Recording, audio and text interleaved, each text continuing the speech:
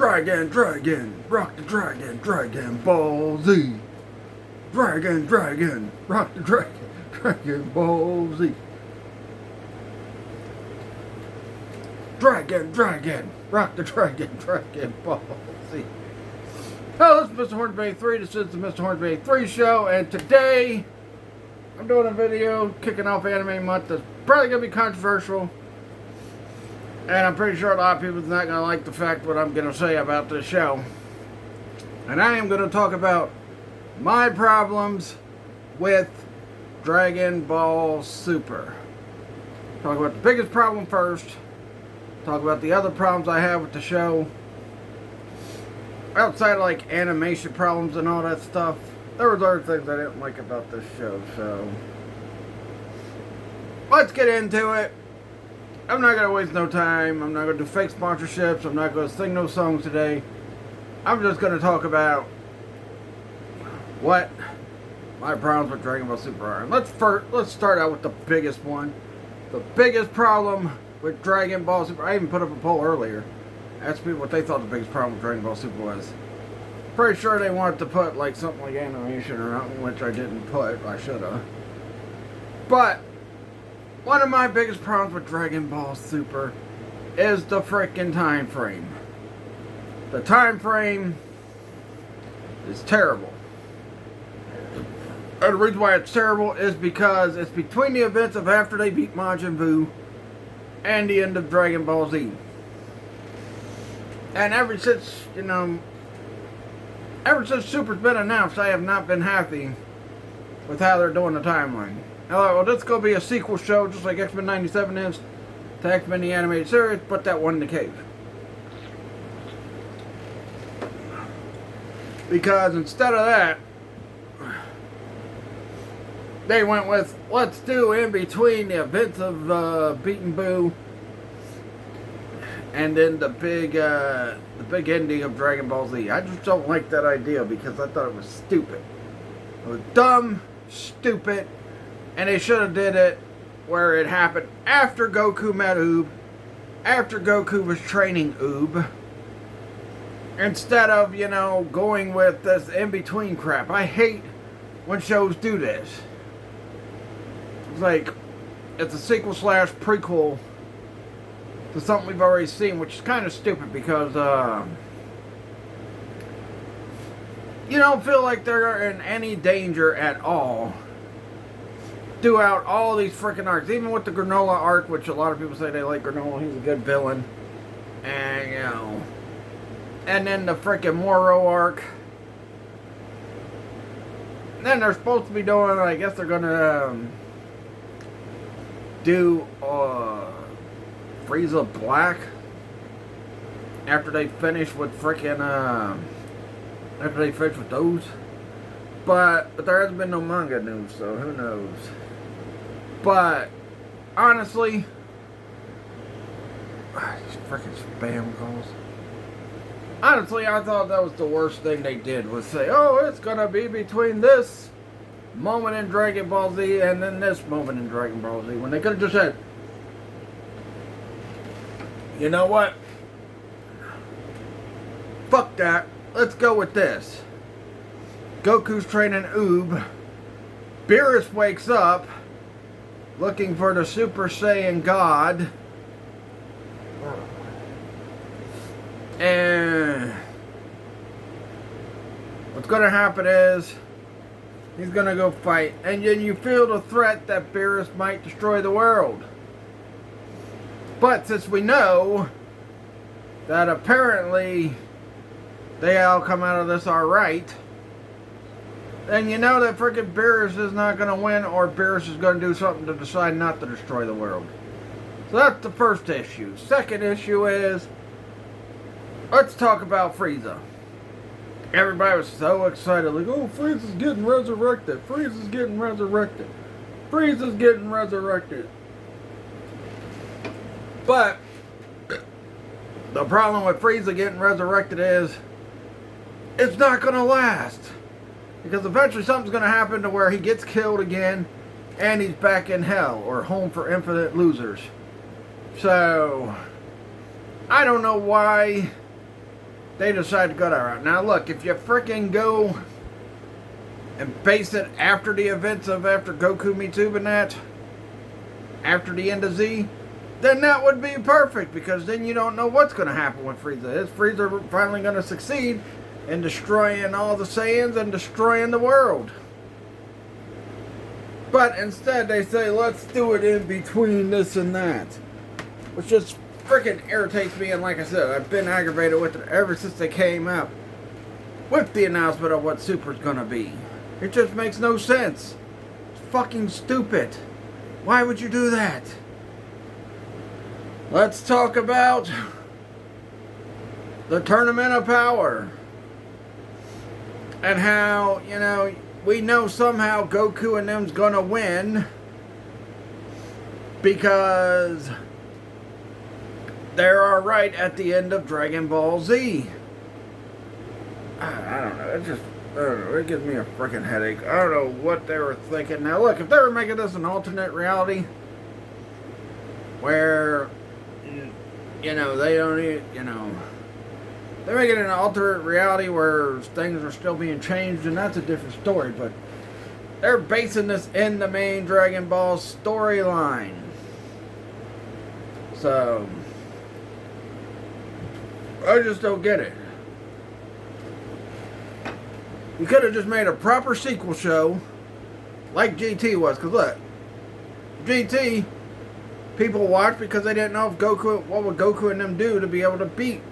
Well, people that read the manga and watched the Japanese versions already knew what happened, but you know what I mean. But GT, you had no clue Goku and them were going to come out of victorious with the freaking whole situation with Baby and Super 17 and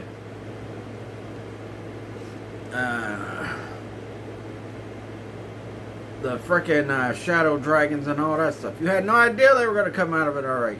You tuned in to see if they'd actually, what they would have to do to beat them. Now, it usually ended in new transformation, like with the Frieza thing. It was a new transformation, Super Saiyan, that beat Frieza. Cell, it was Super Saiyan 2.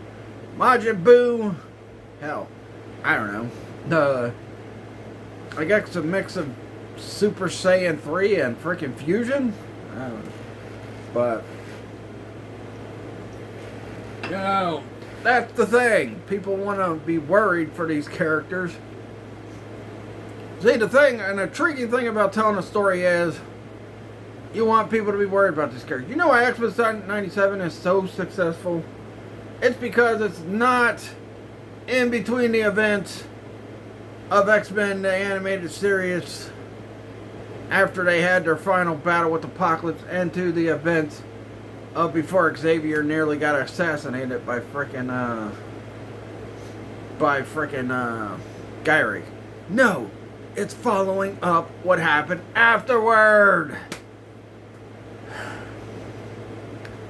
Following up what happened afterward. And you know what, I'm not going to blame this all on, you know, people to make the anime, or, you know, that. I'm going to blame this on Toriyama, because why did Toriyama decide to do that? I mean, honestly.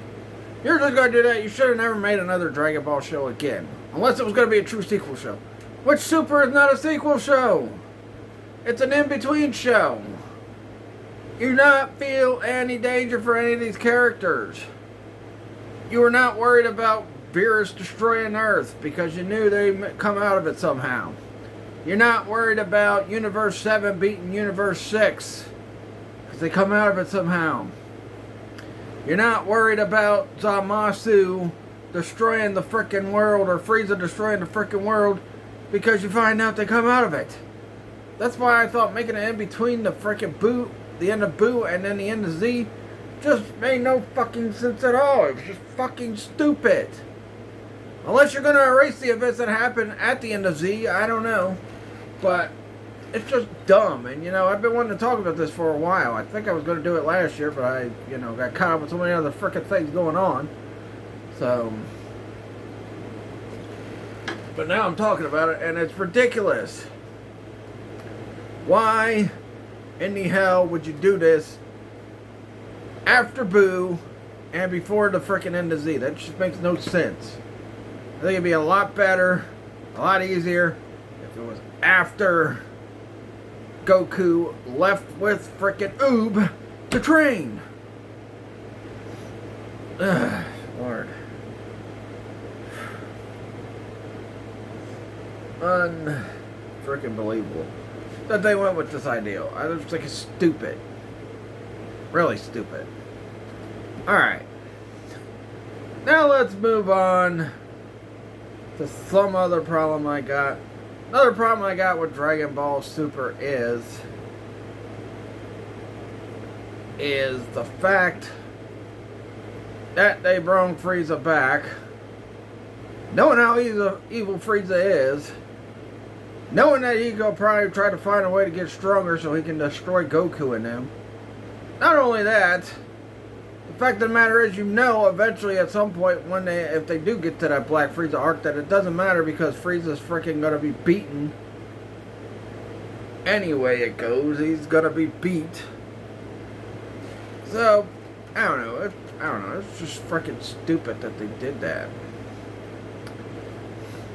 Because, like, you know, Frieza fans, I'm not a big Frieza fan. I like Cell better than Frieza. I'd even like Boo better than Frieza. Man, at least Boo succeeded. He destroyed the planet, killed almost everybody all over the galaxy. But yeah, man, frickin' Frieza, all the Frieza fans are gonna be mad. They're praising it right now because he's back, but once they frickin' realize he's about to frickin' die again. Alright, and you give Frieza this new awesome power, the Frieza Black. I mean, that you give him the Frieza Gold power first off, and the Resurrection X frickin' and that. You give him this Gold Frieza power that makes him super strong, and you're frickin' know it's just a waste. A new transformation for everybody's favorite villain, Frieza, and it's just gonna be a frickin' waste. Then you're giving him another transformation that you know is gonna be another waste. Because unbelievable, because he's gonna get this Frieza Black transformation, and it's gonna be a waste. Not only that, you bring Broly into frickin' the canon, and it's not going to matter. Something's going to happen where Broly's not on Earth if they're following what happened in GT. There's going to be something going on where Broly's not on Earth. So, I don't know. It just makes no sense to me. I mean, really. And you screw all this up because you didn't want to do a true sequel. You just wanted to do a frickin' in-between and try to keep it, you know. That sounds like some status quo bullshit that frickin' Toriyama and all them decided to do with frickin' Super. That's what it feels like to me. Now look, I like the show, I think it's good and all, but come on now. You give Frieza a new transformation and realize it's all for naught. Because Goku and Vegeta went Super Saiyan Blue. Then you're going to give him another transformation, which they're going to find some new transformation for Goku and Vegeta. That's going to end up beating Frieza anyway, so it's no real threat. Like with Moro, Granola, all that. It's not going to be no real threat. You just wasted a TV show just because you want to play it safe. Like, oh, you know, I guess they were worried that if they did a sequel show, that people might hate on that the way they did GT. I don't know. You know. That just irritates me that they did that. I mean, yeah, man. It just goes. Alright, now let's get into another big problem with the frickin' show. Of course, animation. The animation was terrible in the first run of Super. Now they're fixing that. We're getting frickin' Resurrection F, Battle of Gods again, in better quality animation, apparently. And then the Galactic Patrol arc. That's supposed to be better animated. Whenever I guess they're going to do the other arc after that. And then you got the freaking Black Frieza arc, which they're all probably going to be better animated. But, Lord. Why? Now, why would you frickin' screw up things just because you wanted to play safe with the timeline. You could have made it like, you know, like that part where frickin' Zamasu killed Goku in another reality and took over his body to become Goku Black. That was frickin', I don't know, ridiculous. Anyway, so yeah, I don't know. It just makes no, you know. But yeah, the animation, one of the bad things about it. Now, apparently they're also going to be splitting up the frickin' show seasons into, like, they're going to show the first half of the season early in the year and then show the second half at the end of the year. So, I think that's a good idea. Well, we'll see if they implement it, because we're probably not going to see the Granola arc and the Moro arc until frickin' probably 2028. Who knows? We'll find out. Because you gotta go through all the Resurrection F arc, you gotta go through the Trunks arc, you gotta go through the Universal arc, the frickin' Power, the Tournament of Power, all that stuff. You gotta go through all those frickin' arcs again and reanimate them, which are supposed to gonna be better animated when they bring it back later this year. So we'll see. Apparently they're cutting the episodes down to like 6 episodes as well for the first couple of arcs, and then I guess they'll go back to normal format when those arcs are done, which is good because I do not want to continue seeing all the dragged out battle with frickin' Beerus, all the dragged out battle with frickin' Frieza. Doesn't really matter anyway because we all know they turn out good at the end of Z, so doesn't matter anyway. So yeah, that's fun. Alright, something else I didn't like. Another problem I had with Dragon Ball Super. What was it? Alright, it'll come back to me in a minute, but yeah. Oh yeah, another freaking problem I have with Dragon Ball Super. You know, people talk about how Z, the final arc of Z with the Buu Saga and that, buried Gohan. After Gohan became this great champion hero at the end of the Cell Saga, well, they buried Gohan even worse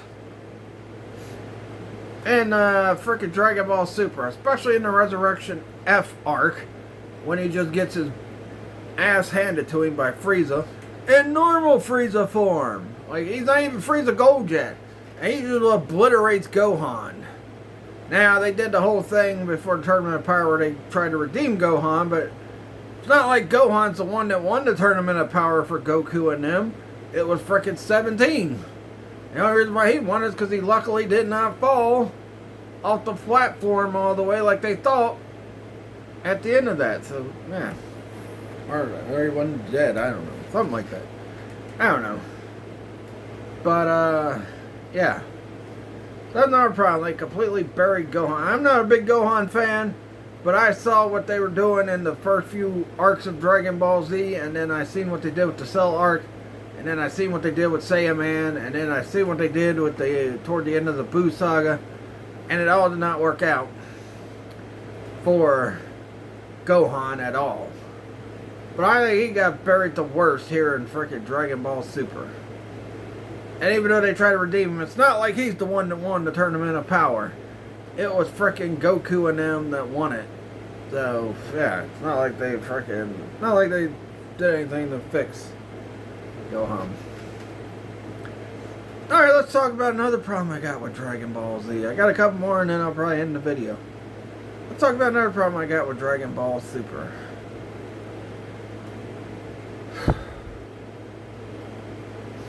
That big ass pull they pulled at the end of the frickin' Goku Black / Trunks saga, where frickin' Trunks gets Berserk mode and he's able to rip Zamasu in half, even though Goku at Super Saiyan Blue and Vegeta at Super Saiyan Blue couldn't do nothing to stop him.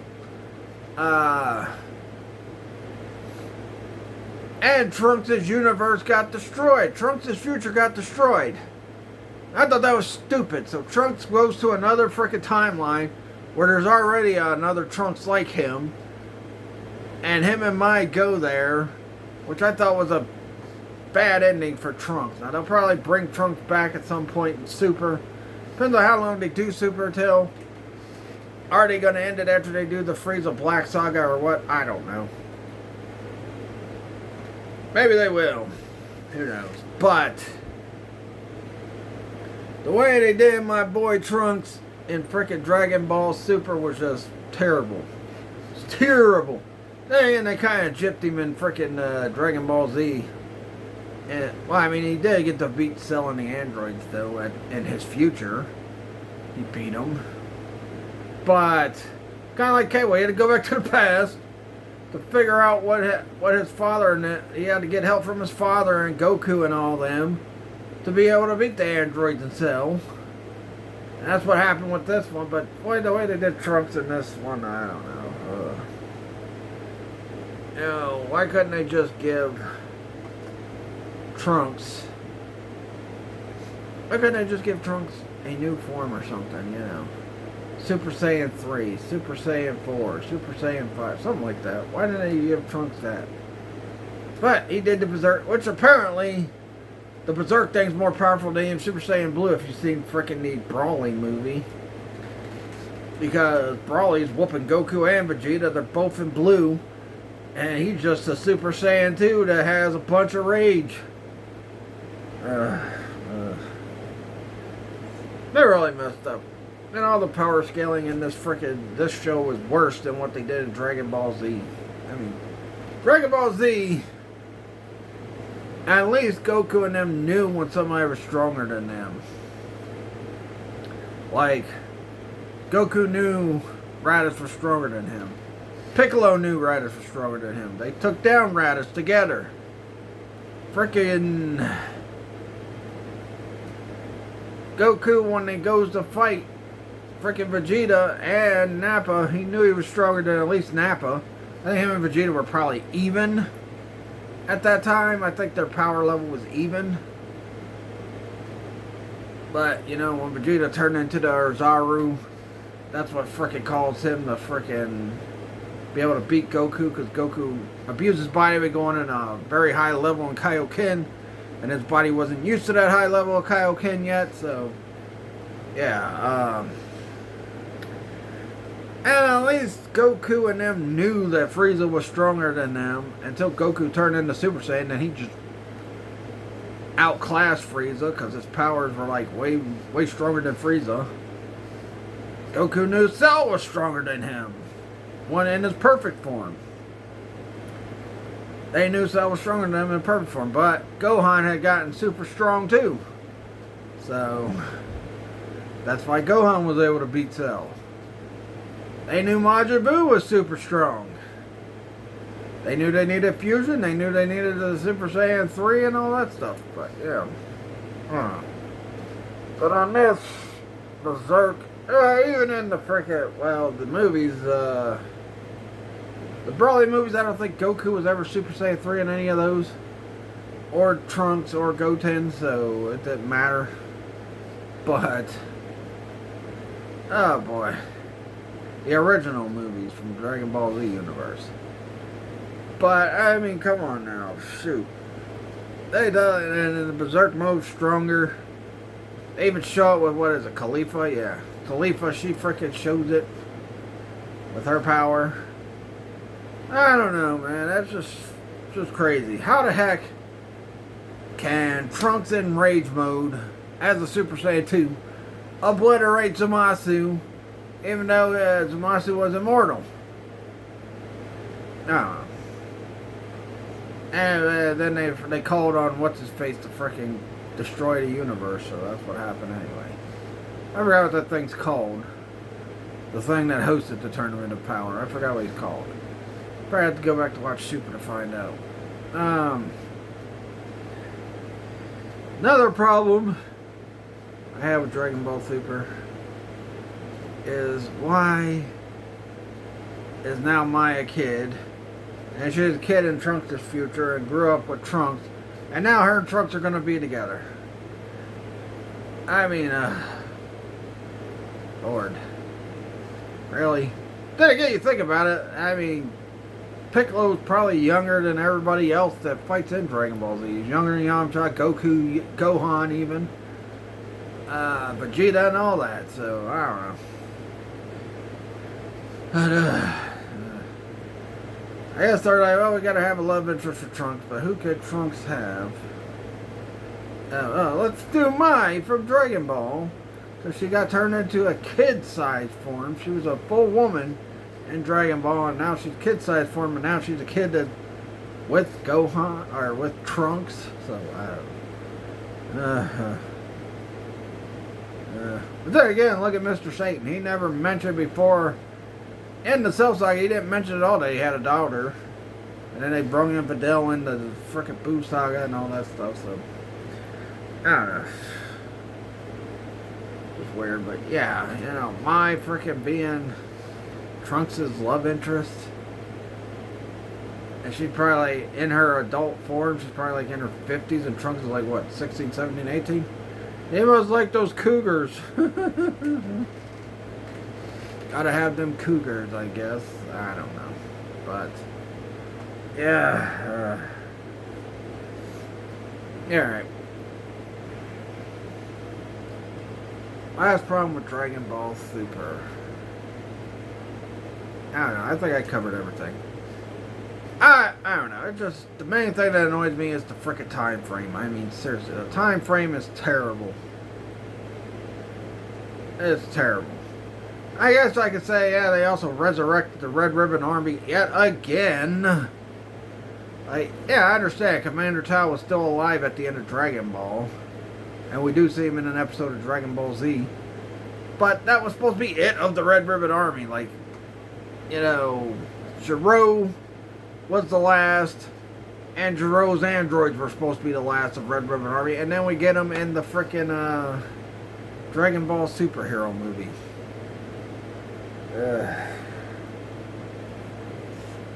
I don't know. It's just, I don't know. It's just crazy.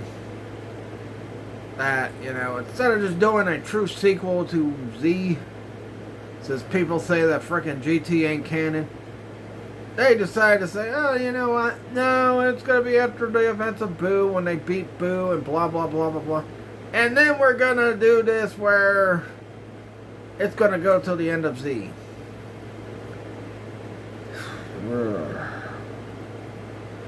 Maybe they should just consider this an alternate reality Dragon Ball show.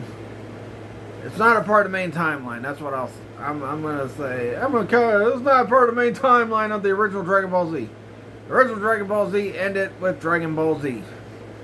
This is a different timeline. This ain't the original timeline.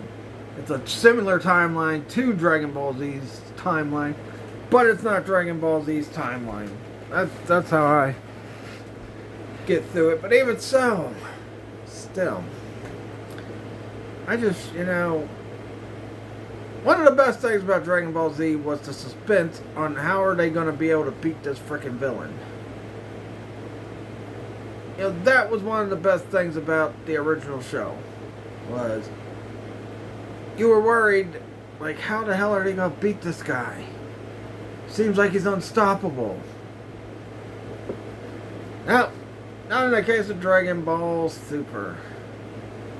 It's like, you know, you don't feel no threat. You're like, well, you know they're going to win. How are they going to win?